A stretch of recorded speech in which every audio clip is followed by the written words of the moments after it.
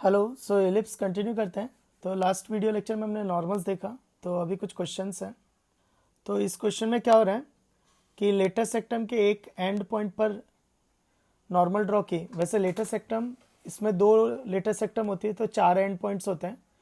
तो ये कह रहा है कि लेटेस्ट सेक्टम के एक एंड पॉइंट पे अगर नॉर्मल ड्रॉ की और वो माइनर एक्सिस के एंड पॉइंट से पास हो रही है तो ये रिलेशन हमें प्रूफ करना है। मतलब ये क्या कहना चाह रहा है कि ये हो गई वाई एक्सिस, ये एक्स एक्सिस, और एलिप्स, ये हो गया एलिप्स। तो यहाँ पर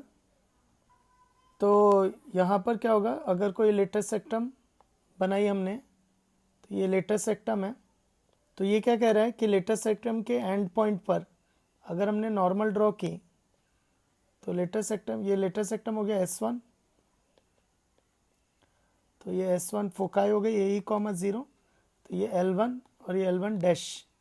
तो L1 का कोऑर्डिनेट कितना होता है ए comma B square by A. तो ये हो गया x1, ये हो गया y1। तो नॉर्मल जब होगी माइनर एक्सिस के एंड पॉइंट से पास हो रही है तो ये b2।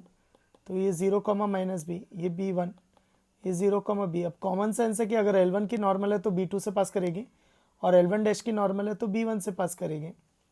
तो ठीक है, तो नॉर्मल एट L1 तो A comma B square by A.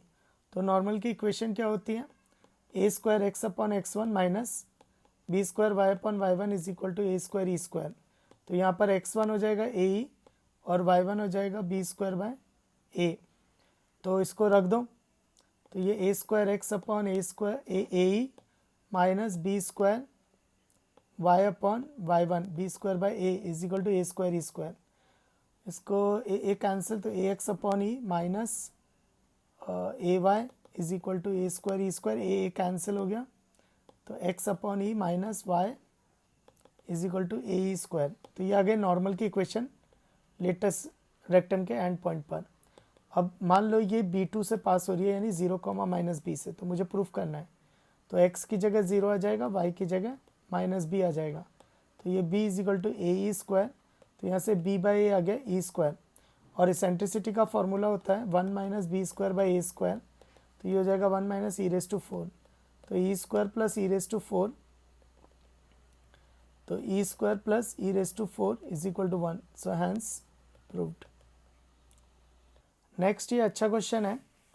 तो ये क्या कह रहा है, locus of the feet of perpendicular from centre on a normal to a standard ellipse. तो नॉर्मल के, तो कोई भी पॉइंट पे नॉर्मल ड्रॉ किया है तो उसका ओरिजिन से अगर परपेंडिकुलर डाला तो ये कोई टेंजेंट हो गई, ये हो गई नॉर्मल।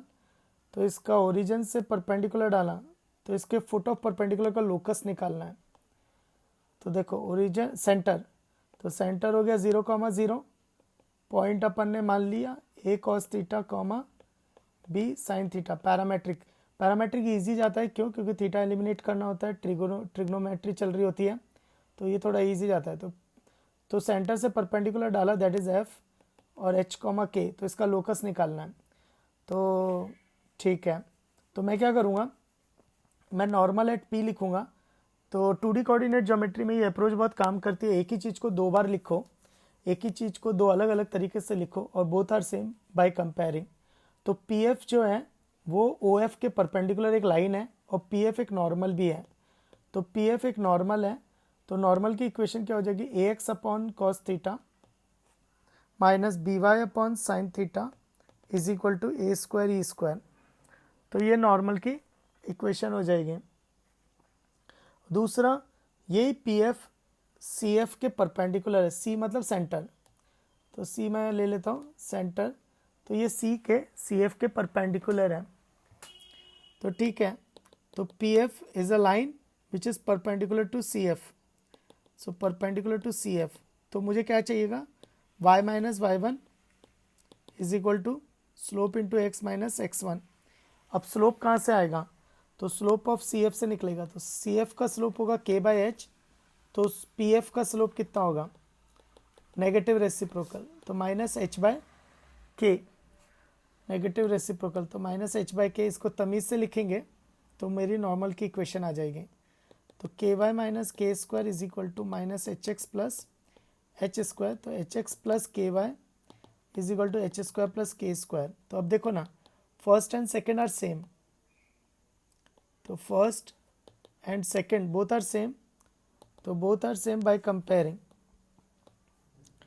बोथ आर सेम, तो बाय कंपेयरिंग, तो कोफिशिएंट कंपेयर करेंगे तो x का कोफिशिएंट h अपॉन, तो इधर हो जाएगा a cos थीटा।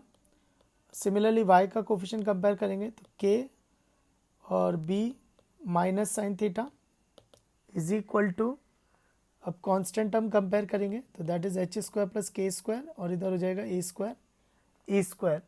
अब मुझे करना क्या है, थीटा एलिमिनेट करना है, तो मैं इसको पकड़ के कॉस थीटा की वैल्यू निकालूंगा, तो H square plus K square upon A E square H, और इन दोनों को पकड़ के साइन थीटा की वैल्यू निकालूंगा, is equal to minus H square plus K square into B upon A square E square K. तो square and add you will get the locus, क्यों, क्योंकि cos square theta plus sine square theta is equal to 1, तो square and add and you will get the locus. फिर last में जाके H की जगह x और के की जगह वाई रख देंगे, तो स्क्वायर एंड एड, तो एच की जगह एक्स और के की जगह वाई रख देंगे, तो वहाँ से तुम्हें आ जाएगा लोकस।